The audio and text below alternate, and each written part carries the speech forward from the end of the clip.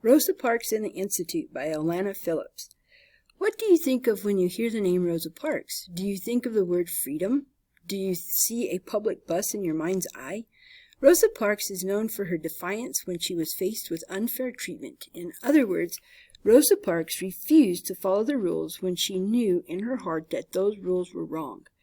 She wanted to help make the unjust treatment evident or easy to see.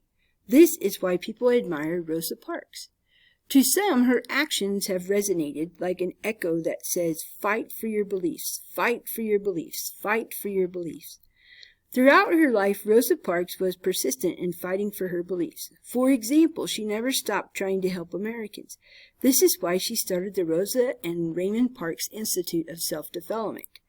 In 1987, Rosa Parks and her friend Elaine Easton Steele started the Institute together. Rosa Parks wished her husband could have been included, but he passed away in 1977. Rosa Parks remembered her husband's strong convictions. One of his strongest beliefs was in civil rights for all. Raymond Parks, like his wife, believed that no person should suffer oppression or cruel treatment just because of the color of his or her skin. Rosa Parks honored her husband's memory by including his name in the Institute's title.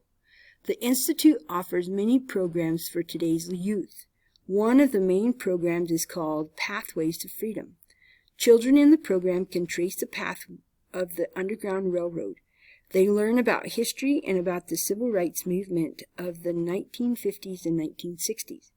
The success of this program helped the Institute gain momentum. With this strength and force, new programs have moved forward.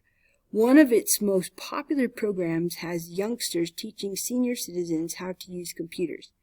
Like the remedies that doctors offer the sick, the Institute offers a cure for those who suffer from loneliness. The Rosa and Raymond Parks Institute offers people a place to connect to the past, to the future, and to each other. Reread for comprehension. Monitor comprehension. Summarize. When you summarize, you retell the most important parts of a selection. This helps you to monitor your understanding of the story. A summary chart will help you take notes on the selection. You can use these notes to write a summary. Use the summary chart as you reread Rosa Parks and the Institute. Beginning, middle, end, and your summary.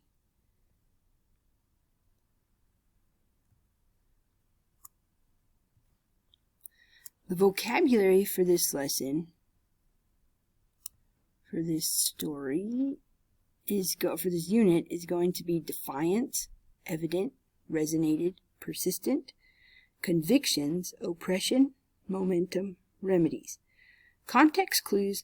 Sometimes writers give clues that help readers understand the meanings of words. In resonated like an echo, echo is a clue that helps readers understand resonated.